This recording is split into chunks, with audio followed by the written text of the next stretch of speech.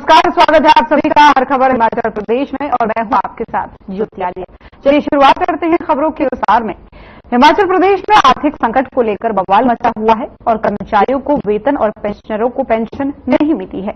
मामला आज विधानसभा सदन में पॉइंट ऑफ ऑर्डर के तहत विपक्ष ने नेता प्रतिपक्ष जयराम ठाकुर ने ये मामला उठाया और कहा कि हिमाचल प्रदेश में आर्थिक आपातकाल जैसे हालात पैदा हो गए हैं, जिसको लेकर के कांग्रेस सरकार और कांग्रेस की गारंटियां सीधे तौर पर जिम्मेदार हैं। सरकार इसको लेकर स्थिति स्पष्ट करे। उधर मुख्यमंत्री सुखविंदर सिंह सुक्खू ने कहा कि हिमाचल प्रदेश में आर्थिक संकट नहीं है, वित्तीय सुधारों और अनुशासन के लिए कर्मचारियों की सैलरी रोकी गई है।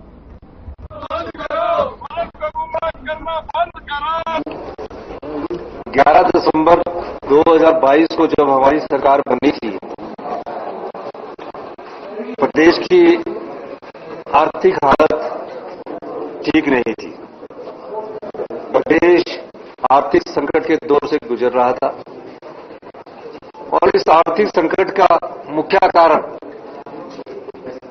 भारतीय जनता पार्टी द्वारा चुनावों से पहले जो फ्री वीज बांट दी गई, ये उनका मुख्य कारण था। और इसके पीछे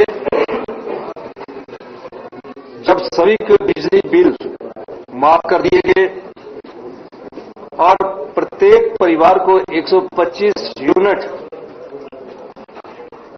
मुफ्त में बिजली प्रदान कर दी गई 1 मीटर पर, तो अगर किसी परिवार के 4 सदस्य थे तो 4 मीटर पर 600 यूनिट बिजली फ्री उस परिवार को मिलती रही। किसी प्रकार से कोई सोच नहीं की गई। चुनावी वर्ष था। प्रदेश जो है वो हिमाचल प्रदेश की आर्थिक स्थिति को देख करके चिंतित है और हम सब लोग भी उसमें शामिल हैं। मैं हैरान हो रहा हूं मुख्यमंत्री के बार बार इस तरह के वक्तव्य से। सुबह कहते हैं कि प्रदेश बहुत गंभीर आर्थिक संकट के दौर में से गुजर रहा है और शाम को कहते हैं कि आर्थिक संकट है नहीं, हम जो है हिमाचल प्रदेश में फाइनेंशियल डिसिप्लिन की बात कर रहे हैं। और हिमाचल विधानसभा के मानसून सत्र के 7वें दिन प्रदेश में उद्योगों के पलायन के मुद्दे पर सदन गर्मा गया। पूर्व उद्योग मंत्री और बीजेपी विधायक विक्रम ठाकुर ने सदन में हिमाचल में उद्योगों के पलायन से जुड़ा हुआ सवाल उठाया। विक्रम ठाकुर ने अपने सवाल में पूछा कि पिछले 1.5 वर्ष के कार्यकाल में कितने उद्योग हिमाचल में के अंदर लगे हैं। इसको लेकर के सरकार की ओर से दिए गए जवाब में 5,293 उद्योग लगने का आंकड़ा सामने आया है। अब इसको लेकर के विवाद शुरू हो गया है।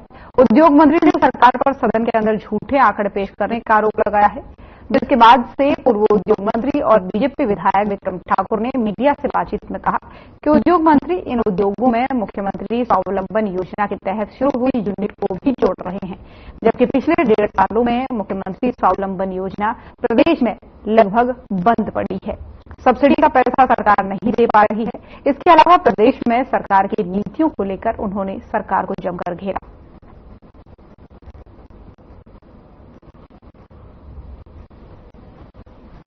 आज विधानसभा के अंदर एक प्रश्न लगा कि पिछले 1.5 वर्षों के अंदर हिमाचल प्रदेश के अंदर कितने नए उद्योग लगे हैं और कितने उद्योग जो है जो जहां से चले गए हैं और उनको रोकने के लिए सरकार क्या उपाय करेगी।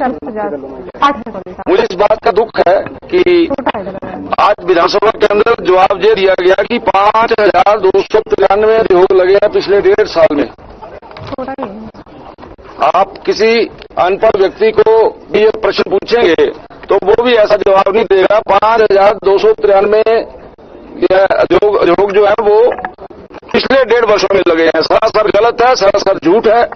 पिछले 2 वर्षों के अंदर इस प्रकार की परिस्थितियां पूरे हिमाचल प्रदेश के अंदर बनाई गई हैं, जिस प्रकार से बिजली की दरें बढ़ी हैं, जिस प्रकार से बाकी के टैक्स बढ़े हैं, उन सभी को देखते हुए यहाँ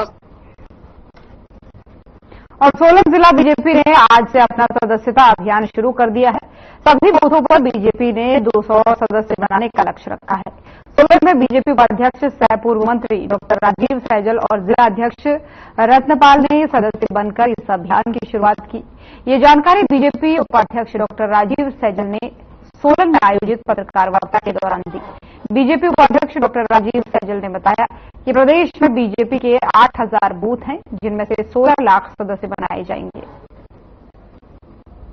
रखा है पार्टी ने नवीन भारतीय जनता पार्टी का सदस्यता अभियान, राष्ट्रीय सदस्यता अभियान, पहला सदस्यता अभियान 2014 में हुआ था और उस सदस्यता अभियान के माध्यम से 11 करोड़ सदस्य बना करके भारतीय जनता पार्टी विश्व की सदस्यता के लिहाज से सबसे बड़ी पार्टी बनकर के उभरी थी।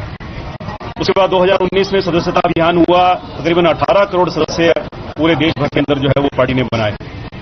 अब पुनः जो है सदस्यता अभियान संगठन महापर्व जो है 2 तारीख को इसी मास सम्माननीय प्रधानमंत्री नरेंद्र मोदी जी हमारे कांगड़ा जिला में नारकोटिक्स के मामले में दुर्घटनाओं के मामले को रोकने के लिए जगह जगह पुलिस द्वारा नाकाबंदी की जा रही है और इसी के तहत कांगड़ा जिला में मोटर वाहन अधिनियम के तहत मामले भी दर्ज किए जा रहे हैं। कांगड़ा जिला के विभिन्न क्षेत्रों में पुलिस द्वारा नाके लगाए जा रहे हैं ताकि यातायात नियमों की अवहेलना करने वालों पर कार्रवाई की जा सके। उधर एसपी कांगड़ा शालिनी अग्निहोत्री ने कहा कि हर महीने क्राइम मीटिंग होती है। कांगड़ा जिला में स्टैटिक और मोबाइल नाकाबंदी की जा रही है।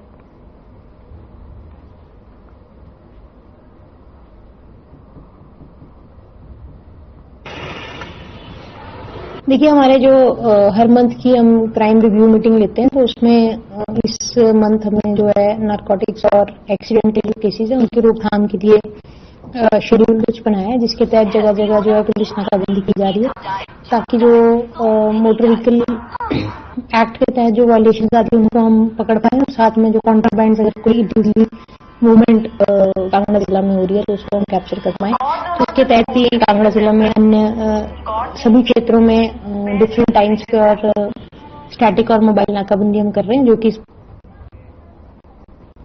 उपमंडल संगडाह के अंतर्गत आने वाले क्षेत्र श्री रेणुका बांध जनसंघर्ष समिति की बैठक पंचायत भवन ददाहू में संघर्ष समिति अध्यक्ष सह संयोजक प्रताप सिंह तोमर की अध्यक्षता में संपन्न हुई।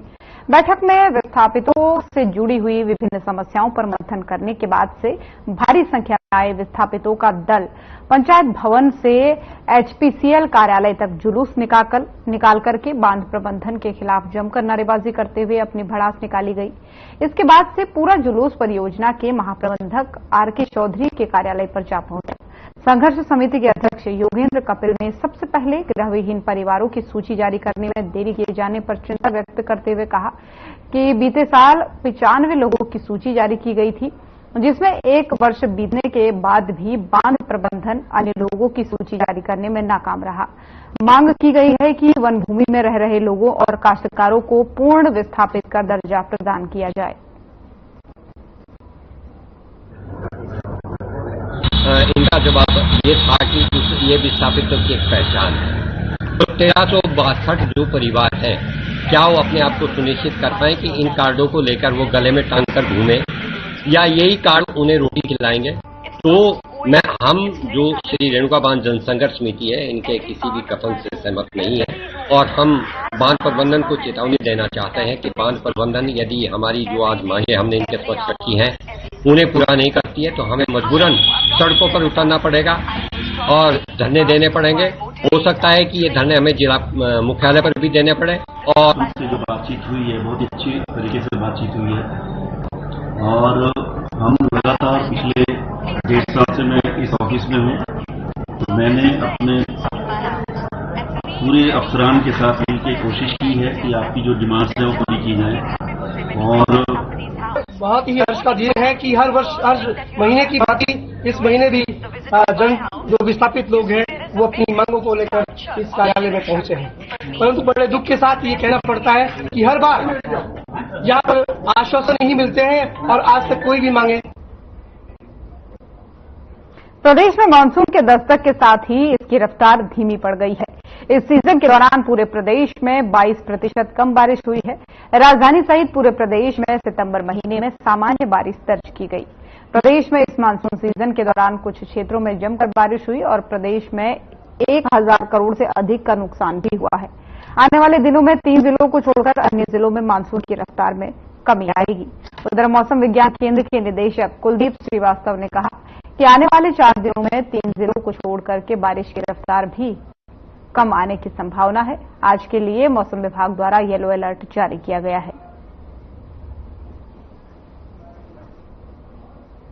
सरकारी विधायकों की अगर पूरे मानसून सीजन की बात करें 1 जून से लेकर के अभी जो 4 सितंबर तक की, तो मानसून लगभग 22% कम चल रहा है। चूंकि ये डेफिसिट हमारे पास मुख्यतः जून और जुलाई में कम बारिश हुई थी, उसके चलते है। अगस्त की बात करते हैं तो अगस्त में हमारे पास -3% पूरे हिमाचल प्रदेश में रहा था, तो नॉर्मल के आसपास ही था, नॉर्मल की रेंज में था। और सितंबर के जो 2-3 दिन हमारे पास हुए हैं, इसमें भी हमारे पास ठीक अमाउंट में रेनफॉल हुई है, तो नॉर्मल ही फिलहाल चल रहा है। तो कह सकते हैं कि आज तक 25% चल रहा है, प्लस में चल रहा है। तो हर खबर हिमाचल प्रदेश देख रहे थे आप। बुलेटिन में फिलहाल इतना ही। खबरें लगातार जारी हैं। नमस्कार।